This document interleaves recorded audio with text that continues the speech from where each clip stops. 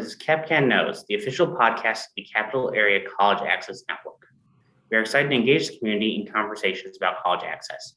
I'm your host, Eric Catchman, in AmeriCorps Vista, serving with CapCAN. Joining me is CapCAN's Executive Director, Michelle Strauss, and our guest, Robin Pizzo, Director of Education with WKAR at Michigan State University. So let's get started. First of all, Robin, thank you so much for being here with us today.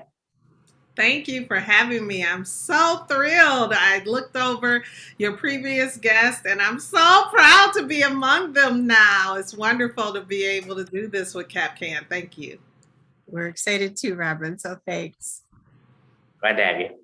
Okay. We begin all our podcasts with a personal story of who encouraged you to continue your education beyond high school, and why was that important to you? So could you tell us about that? Sure. I was born and raised and wonderfully educated in Detroit public schools. Yeah, I said that.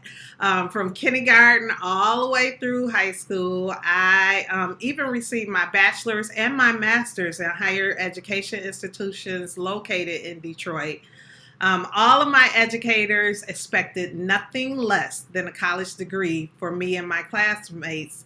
They demonstrated an unwavering expectation that I would attend college in the way they taught, they managed their classrooms, and they encouraged us. Even in their discipline, during every lesson, I would hear them say, "You'll need this when you get to college." Even like in the fourth grade, they were saying that as a mantra. But I wanted to give a really special recognition to two particular educators in my life. One was Mrs. Collins. She was the middle school guidance counselor. And yeah, you could go and talk to her about anything, but no matter how many times you might have visited her office, she would lead you back to your position as a leader. And she always would challenge me on my leadership skills. And she even encouraged me to run for student council vice president in 7th grade and then student council president in 8th grade. And she would not take no for an answer. She was like, "You're going to need this type of skills when you get to college." And then another one that I always credit for so much in my education is Dr. Elise Robinson. She was my 6th grade English language arts teacher and homeroom teacher. She was a mentor teacher also for Wayne State University pre-service teachers, and I went to Golightly Educational Center, and that's what that school was all formulated and built to do, was help teachers become teachers. And she was tough. She had the highest expectations for everyone. And I remember being at that age where I would battle her, respectively, of course, in debating, and she would allow me to, but she would also say, "You won't win until you gain more knowledge." And that happens in college. So those messages were always there. She also blew my whole world of loving books by teaching A Tale of Two Cities and Shakespeare. This was 6th grade, which I now know was part of that whole college preparation, right? Skill development. It was the time of the 80s during this season in my life. Heels and suits with stiff shoulder pads was major, and Dr. Robinson wore these every day, and all of it was a model for me. And I taught in stilettos my whole career because of her. So Dr. Robinson and Mrs. Collins, they were powerful role models, but all of my educators in the Detroit public schools were powerful role models for me to go to college. That is so fun. I appreciate your story about your educators. And as a fellow Detroiter, I think we need to give some good kudos to those people that helped bring us up. So I appreciate that. Great. Thank you. So WKAR is part of the Public Broadcasting System, or PBS. What is the history of WKAR radio and TV with Michigan State University? Well, I'm thrilled to be able to share this history because we're reaching a tremendous milestone this August. First, I want to say what sets us apart from other media stations is we offer free, direct family engagements to organizations that support families with children, right? Everything we offer is free and available, and we have supportive staff to make sure communities can access them. But MSU began broadcasting nearly 100 years ago in August of 1922. So this August of 2022, it will be 100 years for us at WKAR. When it launched WKAR first as a AM radio station, and then the television launched in 1954. It was the third non-commercial educational television station in the country. And then, of course, in 1967, President Johnson signed the Public Broadcasting Act into law, and PBS launched in 1969, bringing us the landmark program Sesame Street and Mr. Rogers' Neighborhood. And, you know, I never really connected like the power of that Public Broadcasting Act until I started working at WKAR and discovered that the emergency broadcasting system that warns communities of weather issues or any kind of emergencies all come from our WKAR and PBS affiliate stations across the U.S. So whenever you see that, that's being pushed out by your PBS station wherever you are in whatever community. Okay, so that is really powerful for me to have learned that. Then if we jump just a few years ago in 2017, WKAR added a fourth broadcast TV channel, PBS Kids 24/7, making it possible for mid-Michigan children to watch their favorite series during prime time and after school hours. And just last year in January, we didn't have enough. In the midst of one of the horrific pandemics ever, we launched our fifth broadcast TV channel, the Michigan Learning Channel. It joins other Michigan public television stations in launching the service. In partnership with leading educators and community leaders, the network delivers instructional content and programming to students and parents and teachers. It is a collaboration of all of the stations in Michigan. There are 6, and every household can access Michigan Learning Channel all throughout the state of Michigan and Lower Indiana.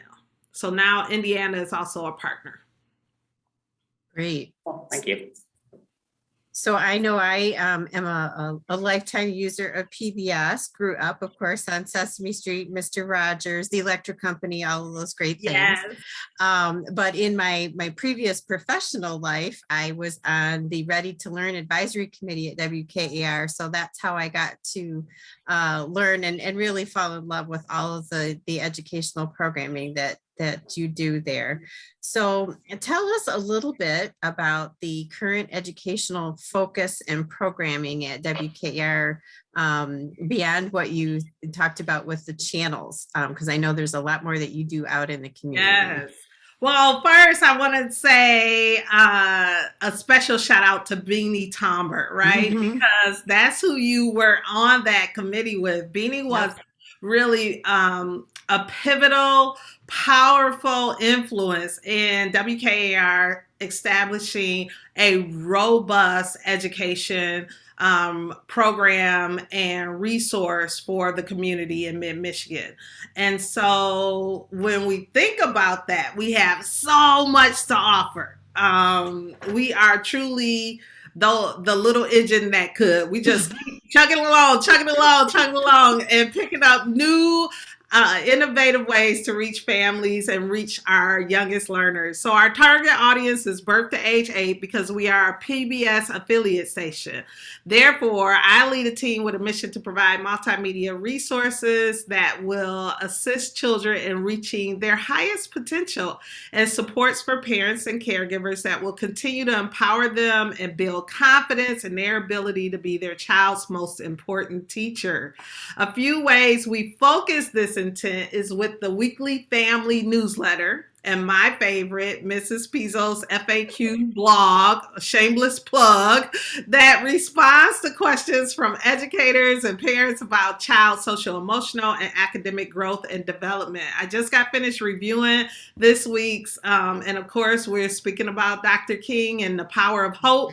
So I would love for families to check that out. The newsletter is also jam-packed with amazing activities, programming, and learning resources.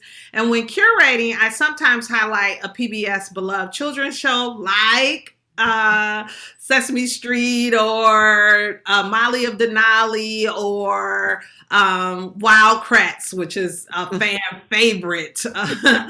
We also have highlights of apps and books and so much more in there. If you don't have that, you definitely should subscribe. Besides all of the multimedia programming we provide for birth through 8, we also have a wonderful STEM program called Curious Crew with Dr. Rob Stevenson. Both the show and Dr. Rob have won several Emmys. And it's targeted for ages 4th through 8th graders. It's where inquisitive kids take on a hands-on approach to scientific exploration. It's so much fun when we're able to provide Curious Crew road shows and bring the investigation to kids everywhere throughout the Mid-Michigan community. Families love it. We haven't been able to do as many because we know that we're in a pandemic, but it is definitely a resource we love scheduling and booking for. And so definitely if you're an organization, you can contact us. We also do them virtually for organizations right now, and provide all of the supplies. We also launched, as I said, that 5th channel, which is a collaboration. And so because of that, you can broadcast or stream all of its content, and it's jam-packed with teacher-led lessons and programs as though the child is learning right in the classroom. Shows like Math Mites and Read Write Roar, to even our Impact Fitness, and you can do physical education right in your home. It's just wonderful. And we get a lot of adults providing us feedback that they love the programming on our Michigan Learning Channel too. I watch the movies that come out regularly. Oh, that's great. We love that. We love that. So kids have experienced and still are experiencing a lot of learning disruptions, right? And the Michigan Learning Channel is a great tool to bridge some of those gaps. I have a passion for older students. As you know, Michelle, I taught 8th grade for many, many years. Yes, I'm one of those really rare breed middle school teachers. And so PBS Learning Media has thousands of learning activities for this age group. I would highly suggest bookmarking it and finally checking out Curious About Careers. It's segments where you learn about fascinating career fields and STEMs from soap maker to auto design director. We have hundreds in our several in our collection all across the state of Michigan, where we go in and we interview with our great host, Janelyn, different predominantly women of color who are in the STEM fields. And I love watching them. I watch them all the time, and I tell our producer, oh, I love this episode. This is great. And if I had 100 lives, I would probably try to do all of the careers. Well, the one thing that I really love about that segment is that she ties in what education that the students need to have in order to find themselves in that career. So that's a real strong connection between the work that we do. So I appreciate that. Yes, I really like that. She always asks, so what do we need to know to become a part of this job or career field? And they give so much information. But if you notice in that response, many of them say you have to start young. You know, if you have an interest in science, explore it very young. And so I really like that whole college preparatory phase does not begin in high school. It does not begin your senior year. It starts so much younger. Definitely. Good segue for our next question. Go ahead, Eric. Yeah.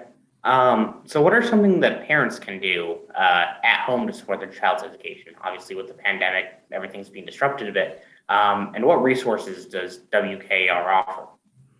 That's a great question. So one of the key words I would say first for all parents, exposure, exposure, exposure. I believe in exposing your child to as much as you possibly can that will pique their interest in different fields, that will captivate their imagination and help them begin to develop an understanding of who they are and what they might want to pursue as they move further in their journey of education. It's much easier to have conversations as an educator or as a counselor or as a CapCAN advisor when that student has some understanding of what their interests might be for them to attend higher education.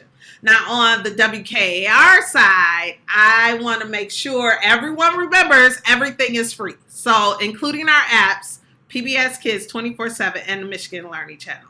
They are all teacher developed and aligned to national education standards. Lots of families do not know that all of our programming, before a program even hits our airways, there is a whole committee of teachers, researchers, curriculum directors that help develop that program and make sure learning is optimum in each and every episode.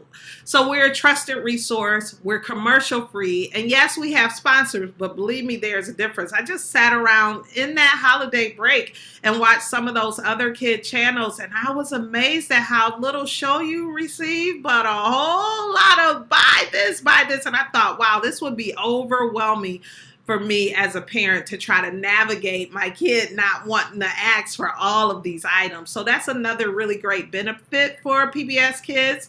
I'm discovering the more that I'm out and about, lots of families don't know us, which is really unusual. We went through a very long season where PBS Kids was the staple programming in households, for many families across the nation. You said Big Bird, everyone knew who Big Bird was. Now that's changing. So we definitely want to get families back to putting that channel on. Make WKAR PBS Kids 24/7 the station your child watches the most. Okay, download the PBS Kids app and subscribe to our newsletter. Also, if there are periods of disruptive learning time, engage with our Michigan Learning Channel program and download the learning guides. There are resources there, and it's just like a teacher is teaching you. You can actually learn all of your early literacy skills. It is a wonderful tool, supplemental tool that stands beside our education, community. But don't get it twisted. This is something that I just had happen at my dentist appointment last week. I had someone, very nice young father, continue to say how much he loved apps, but he didn't know anything about PBS, and that he gives his 2-year-old the technology, and she goes at it on her apps. And everything we talked about connected to literacy or learning, he continued to reference apps. And what I want to say to parents is that an app does not replace a lap. Okay, so let your young learner climb onto your lap and read with them every day. And not just on the computer, right? Not on the computer. Put that book, hold that book in their hands with them. And I don't want to sound like I'm so outdated and we do everything with technology. I get it. I love books in all forms. Audible, Kindle, all of the different forms. But there is something that connects with a child and a parent when a book, an actual hard book, paper book is in their hands, right? And you're reading and sharing that moment together. I just love how children lean into that caregiver or that adult that's reading to them. And there is a special connection and bond that takes place. But that that whole emotional feeling also translates into their thinking and their creative skills development, and how the synapses in their brains connect to reading as a positive experience because of that emotional connection built with the adults in their lives. So reading builds those skills and guarantees success in college. I truly, truly believe that. So one of the things I love about you is that you are a real parent advocate. And that's one of the reasons why we have stayed connected over the years, that you have transitioned from one position to another. So one of the things that we collaborated on a few years ago was a community conversation at LCC with students that are parenting. So we talk a lot, you and I, about having a multi-generational approach to education. So why is that so important to you? And maybe what are some of the changes you've seen from when you were working at LCC to WKAR, and how you've really capitalized on that? Yeah, that's a great question. So when I was because you know why it's a great question? It makes me be reflective about my career journey, right? And you've been a huge part of it. You've seen me navigate and transition from one to another. But when I was in the classroom, I discovered the most effective impact on a child's education was when I could engage a parent in their child's achievement. That was the largest impact, and not in a negative way. Not in a negative way. Some of my favorite moments was being able to call a parent and say, wow, your kid is doing great.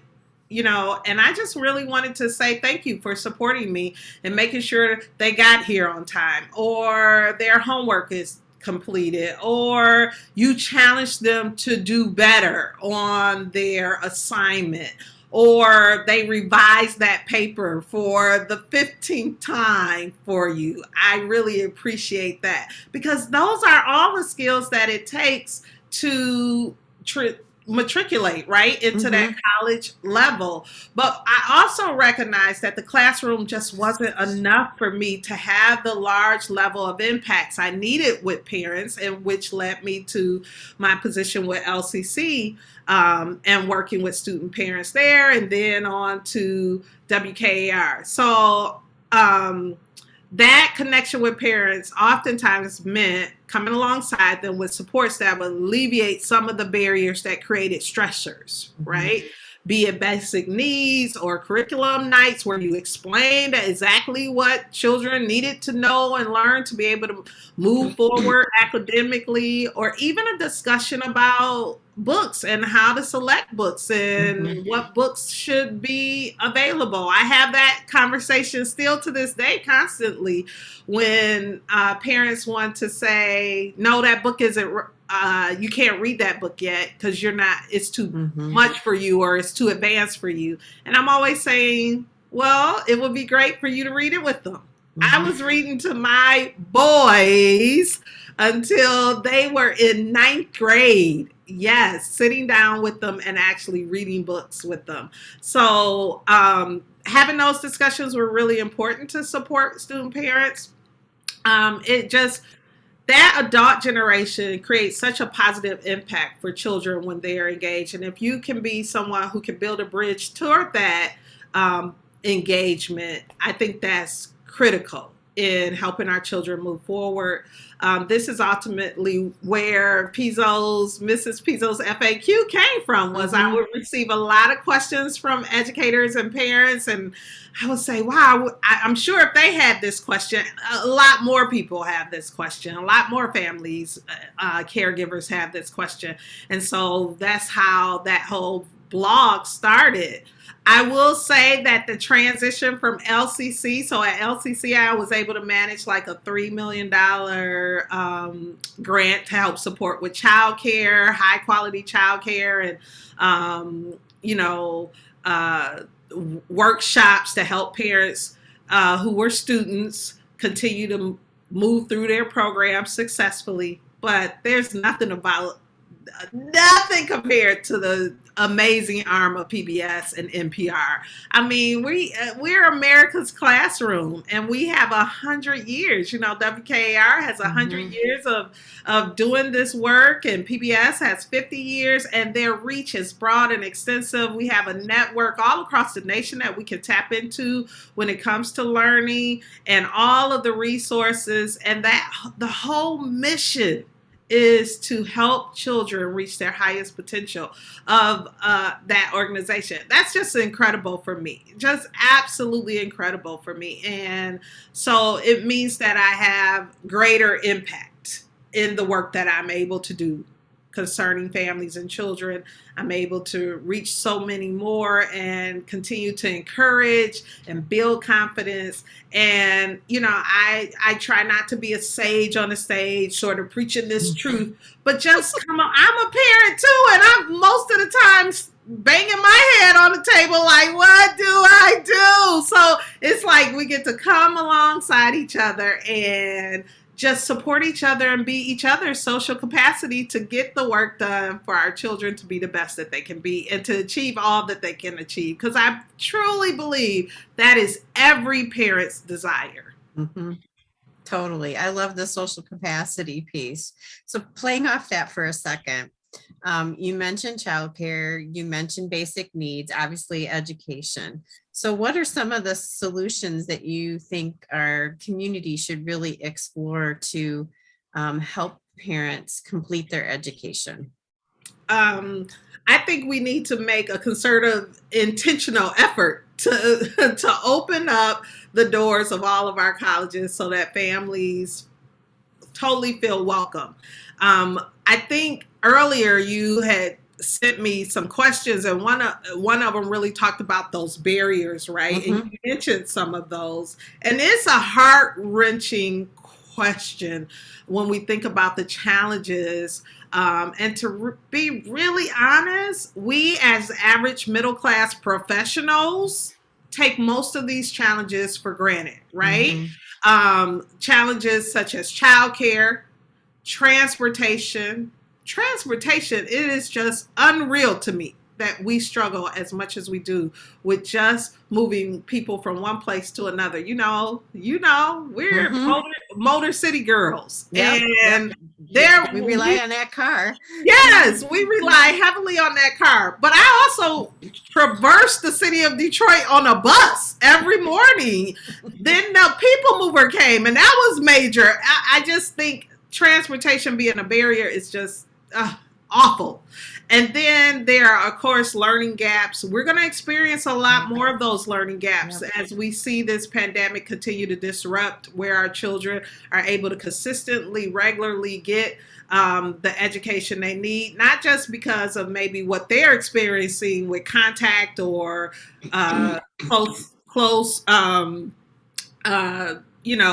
contact with someone, but also what our teachers are experiencing. Mm-hmm. So those learning gaps are real, and they create barriers to being able to access a full post-secondary experience. And then work schedules, unstable housing situations, financial literacy, time management, addiction, social network or friend circle, and guidance. So I wanted to talk about that a little bit. And that permeates now more than ever because we get so much of our information from that technology, right? From social media. And I think it has a lot to do with it.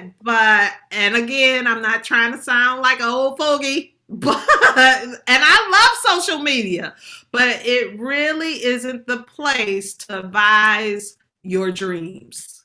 I just want to say that for all of our young people that might be listening. Yes, you might see something and it might spark your trajectory in that area, but there are amazing people to help students develop an achievable plan of action towards a degree, a career field. And that's what I really want to see a lot more of, is that all of the wonderful people doing the work in our schools with CapCAN, with our counselors, our success coaches at the community college, advisors at our universities, that they become rock stars for all of these young people and their parents in helping obtain those degrees. That we really make that a priority, and let's wipe out some of those we take for granted barriers. Let's just completely wipe those out so that then we can really get down to the work of helping move families through their education. And I'll tell you, I never stopped going to school. Never once stopped. I went straight through, but because I have the degrees I have, my children were able to see me continue to go through school. And there is no greater model than a child seeing their parent or the caring adult in their life continue to persevere through higher education. It's a profound influence. And I would really encourage any parent that feels like, I want to get my degree. If you want it, go get it. You can get it. You can get it. That's guaranteed. Yeah, we talk a lot about how college is really a family transforming experience. And whether you're a first generation college student bringing your family along through the process, or you are an adult going back. And it's a family decision too. And we need to talk about it at the table like it's a normal thing, right? Very much so. Yes. Definitely. Thank you. So you talked somewhat about like friend groups and the community, and I was wondering, how's WKAR engaging with these communities to promote educational attainment amongst students and families? So one of the things that we do, we have a friend group. We do. We are connected to over 75 nonprofit organizations that support children and families throughout Mid-Michigan. Okay. And when I say connected, we meet regularly and we sit with them and say, how can we help? What is it that your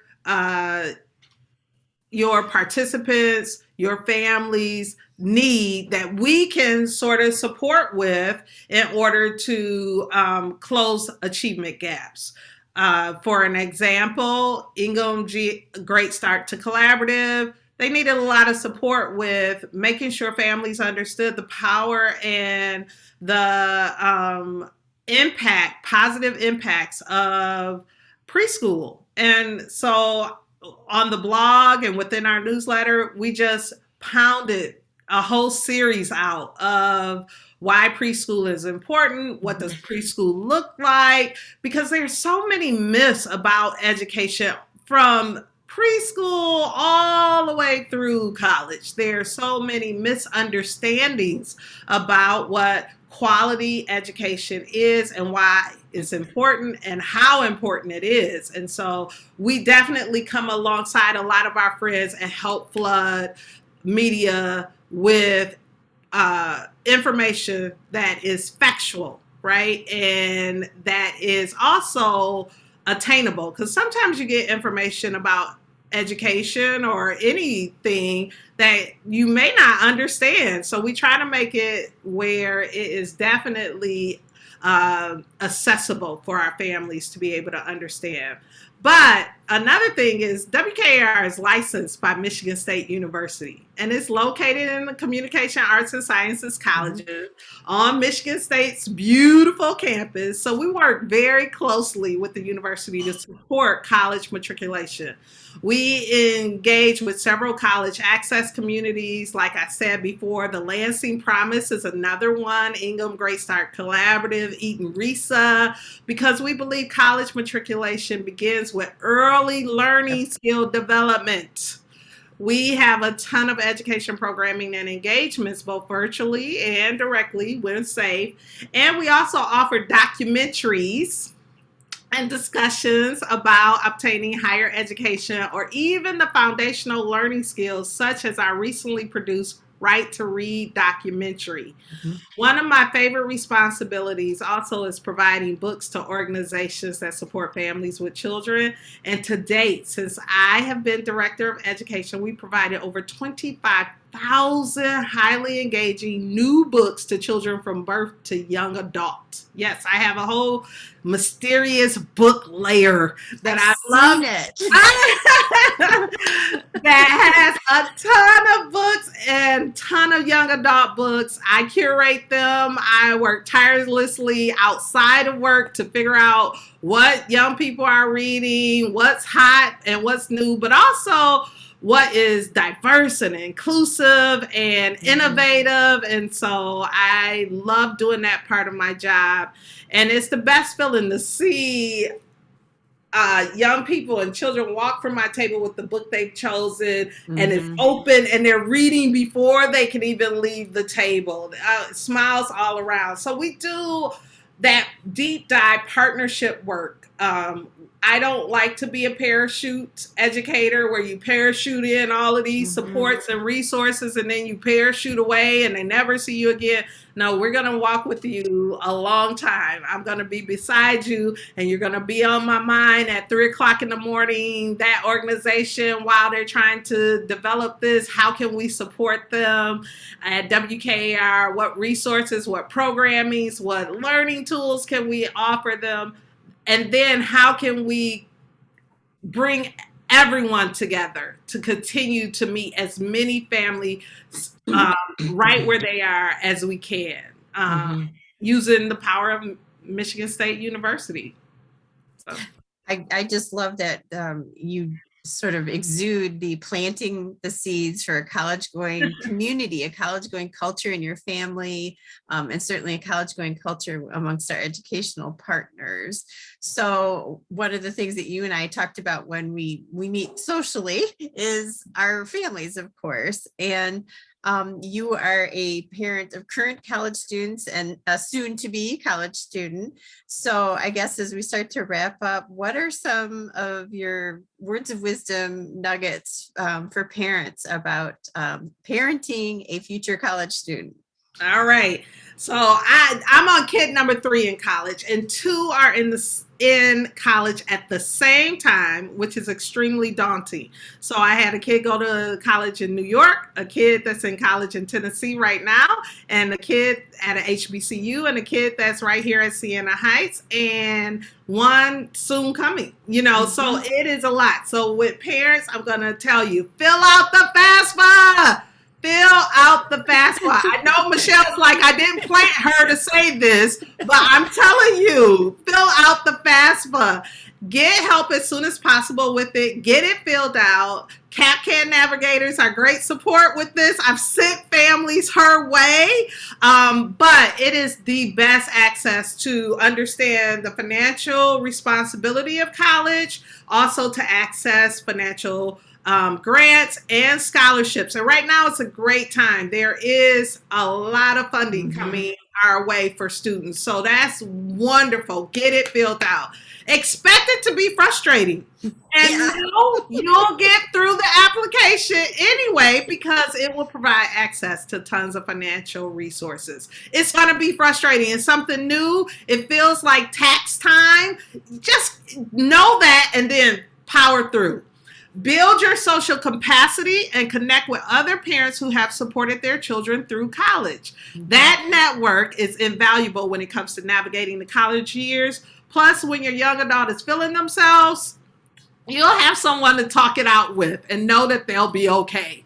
Understand your relationship with your young adult is changing, and now you're more a counselor than an authority figure, okay? Have numerous conversations with them about their dreams and goals and try to support them as much as possible. I make sure I don't let my kids go a couple of months without me having a conversation of how you're doing, what does it look like, are you still on this track? I just want them to be able to articulate it and have someone to come through to about it, because it does feel lonely, especially if you're a first generation trying to manage that whole world.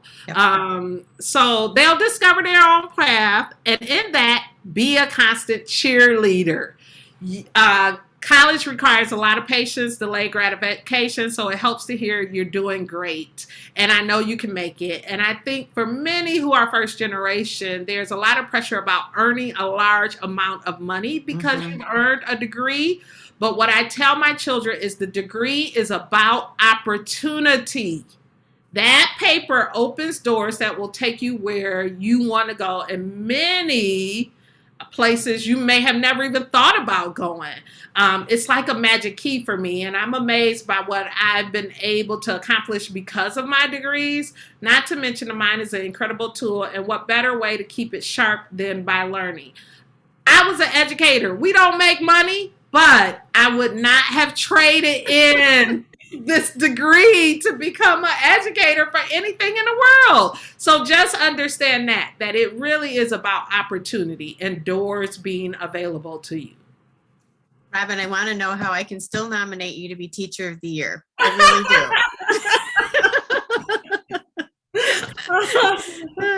do. Thank you. Okay. So it seems like we're coming to the end of the interview. And I have one last question for you. We end every interview with hashtag CapCAN knows, where you state your name and what you know. So I ask you, Robin Pizzo, who are you and what do you know? I'm going to be a little controversial here, okay? So my name is Robin Pizzo, and I know college is for everyone. Skills may need to be developed, and students might have to tap into a plethora of resources, but with persistence and hard work, college is for everyone, and it does pay off. College is an extreme amount of hard work, and I'll just say our young people may be aware of epic football games or March Madness or homecoming or frat parties or their ultimate flex, which is to be independent. But the reality is college is hard work. So taking on that challenge, being persistent, saying I'm going to finish this and I'm going to keep going, even if I have to stop for a minute and come back, or even if I have to go and get technical skills so I can work a little bit, but it is accessible and attainable for every student. And so earning a degree is about discovering who you are. And when you look back on your completion, I just guarantee you won't regret it. You won't regret it. So that is what I know. College is for everyone. Thank you, Robin. This was great. Thank you. Thank you for having me. I love hanging with friends early in the morning. Well, that's all the time we have for today. Thank you, Robin, for coming on the podcast to chat with us. Thank you for having me. For more information on CapCAN, please be sure to follow us on Facebook, Twitter, or Instagram. The links will be in the video description below, or visit our website at capcan.org. Thank you all for listening to us today, and we will see you again soon. Thank you.